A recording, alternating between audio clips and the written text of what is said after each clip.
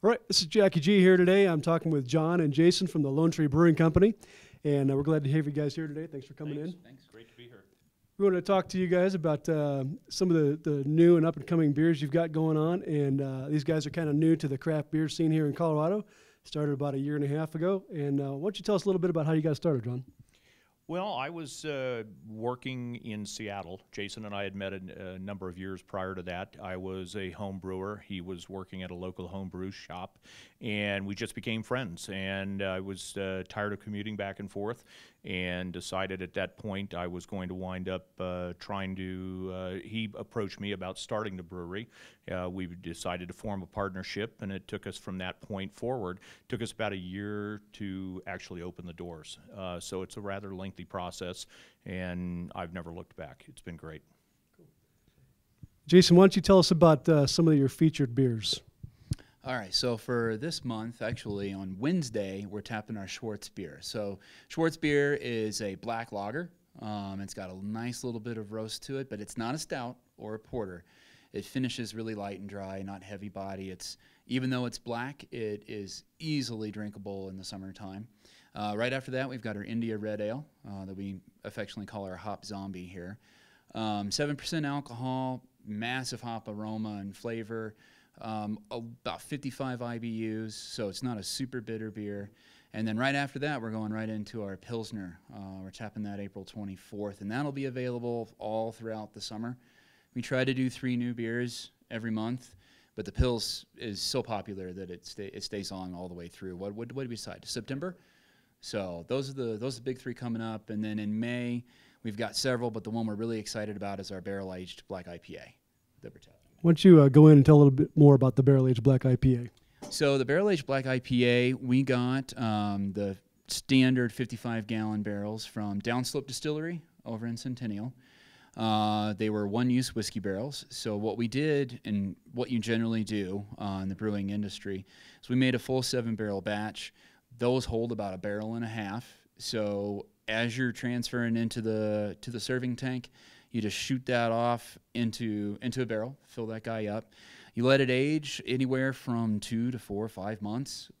You take a sample just like you would see at a winery. When you think it's done, you stop it. What we're looking for is the whiskey to complement the kind of roast, hoppy aroma that we have. Don't want it to cover it up. I don't want you to drink it and just think all whiskey. You need to think, this is a nice little barrel-aged black IPA. So we're really looking forward to that. Should be really smooth, very, very nice. What are some of the spice notes you might expect to find in that? Some spice notes? Well, I don't know too much about, if you would get too many spice notes, you could get maybe a little bit of like black pepper or peppercorn from the hops, it's possible. But from the barrel, you're really going to get that nice subtle hint of almost that buttery whiskey. You should get on the back end and a little bit on the aroma. You're going to get a lot of Cascade aroma and flavor in that beer. This is a big Cascade beer. It's not too bitter. It's pretty light, but yeah, maybe some peppercorn you might get on there. Cascade is one of my favorite hops. I love Cascade hops. In fact, I grow Cascade hops in my backyard. Yeah. Now you have always 8 beers on tap. Why don't you tell us about those 8 beers? Actually, we've changed things a little bit. We have 6 flagship beers. So we've got our Belgian Blonde, our German Helles Lager, we've got our Acres Green Irish Red, our Pale Ale, which is our outer range Pale Ale, Hop Tree Double IPA, and the Double IPA. Yep. Yeah. And then our Toots's Oatmeal Stout. So we've got 6. The nice thing about it is now, since we've got a few more tanks in, we're able to add a lot more of our seasonal beers. So we have 5 other beers now. So we have 11 total. We have one that's a nitro tap, always reserved for nitro, and we rotate through right now. It's our Irish Red on nitro. It was the Oatmeal Stout. It'll soon be the Double IPA, which is a big favorite that a lot of people like. And then the other things we have an English IPA on right now. We have a really nice American wheat that's going fast. And then we've got a Baltic Porter that's on. So it's really nice to have those 6. What we were thinking right when we opened, we've had 6 since we opened. We have changed. The Irish Red sold so well that we decided to have that replace our Hefeweizen because it just sold so well. but we want customers to have 2 or 3 go-to beers, like the double IPA for you, that people really love. And then if they're feeling adventurous, they can go try some of the other stuff. And, 90% of the time they're going to love the other stuff. 10% they don't. They can go back to their tried and true, the one that they love.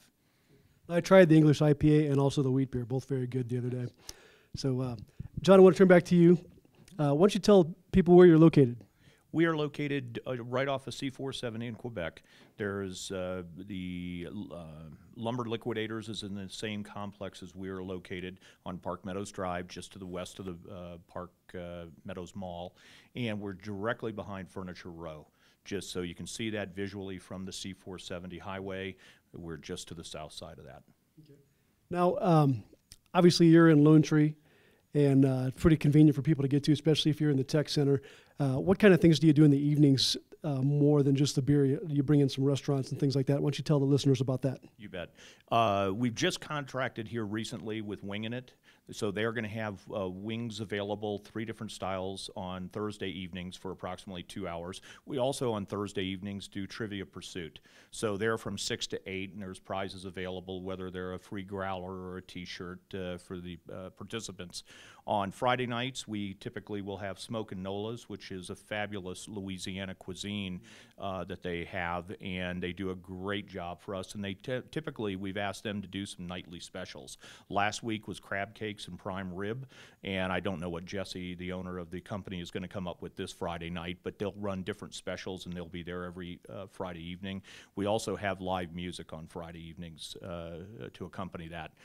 On Saturdays, typically we will have either one of 2. They kind of rotate. We'll have Bistro Colorado, which has a lot of very healthy products, a lot of vegetarian meals, which I'm not a strict vegetarian, but I love what he produces. Travis does a very, very good job. And followed the following week will be a pizza gentleman that comes in, that they actually have a wood-burning stove that they put out front and make fresh pizzas to whatever you want on it out front. So that's kind of our lineup for the week. We've also I apologize, I forgot. We're also introducing $3 off on Mondays for every growler purchase that you have that you fill a Lone Tree Brewing Company growler. So it would be $3 off. That's good to know for me too. Yeah. So now you're getting ready to do an expansion out front, correct? Why don't you tell the listeners about that? Yeah, we've got all the approvals. We're waiting on one last one. It'll be just out front of our facility, which will be nice, we think, especially in the summertime here in Colorado. It'll be a nice place to sit out front and enjoy our products and talk with one another. So we're going to put about a 700 square foot patio directly in front there. I look forward to that myself. Yep. And I've got a question I'm going to ask both of you guys. First to you, John. If there's one reason or one thing that would attract people to you, obviously great beer, but what's unique about Lone Tree Brewing Company that you would want to have people come into your place for? I think one of the things that's really unique about what we set out to accomplish, and I believe what we've actually done, is for it to be a family-style atmosphere there. We have we know where we're located. We're in the suburbs.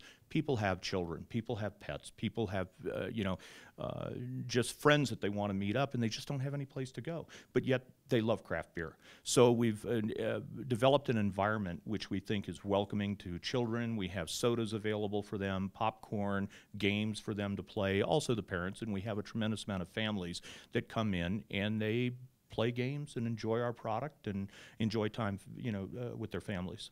Speaking of sodas, you guys make 2 of the sodas, correct? We make 1. We have our homemade root beer. Yep. That's a big hit with my son. Yes. So you don't serve any food yourself there, but you also allow people to bring in food if they like to. Can you talk about that a little bit? That's correct. We have 2 menu books that are available to look through. They have about 10 to 15 local restaurants that all of them will deliver to our facility. So you're welcome to order through that guide. The food trucks that'll be there on certain nights of the week, you can get food there, or you can bring it in yourself. We have a lot of people that prepare food at home, bring it in, and enjoy it with our beer. Thanks a lot, John. Mm-hmm. Jason, same question to you. What would you say is unique about Lone Tree Brewing Company, and why should people come see you versus somebody else? I've got 2 answers for that. Answer number 1 is the brew house and the fermentation cellar. It's not hidden. You can see me do everything. And that's where I really always try to advise people, if you can come in, I usually get there about 7 a.m. If you can come in, between 7 and 5, you're generally going to see a lot going on back there. As we get bigger, it will go into the evening as well, but you can really see everything. And, we're all there. You can pull us over and say, hey, what's going on? And, if we're not right in the middle of something really important, I have no problem stopping and saying, well, this is what's happening. We're moving this here, or I'm making this. And then I would say the other thing is we do some experimental stuff. We try different things. We do some off-the-wall stuff, getting into barrel-aged, which is not necessarily off-the-wall, but we do some other stuff. But if you really want beers brewed to style, that is kind of what my goal is as a brewer. I'm going to make the best double IPA or the best Helles to style that I can make. So it should be a classic example of the style. Great. Thanks a lot, guys. So that's Lone Tree Brewing Company, and they're off of Park Meadows Drive, just behind the Furniture Row. Come check them out. Thanks.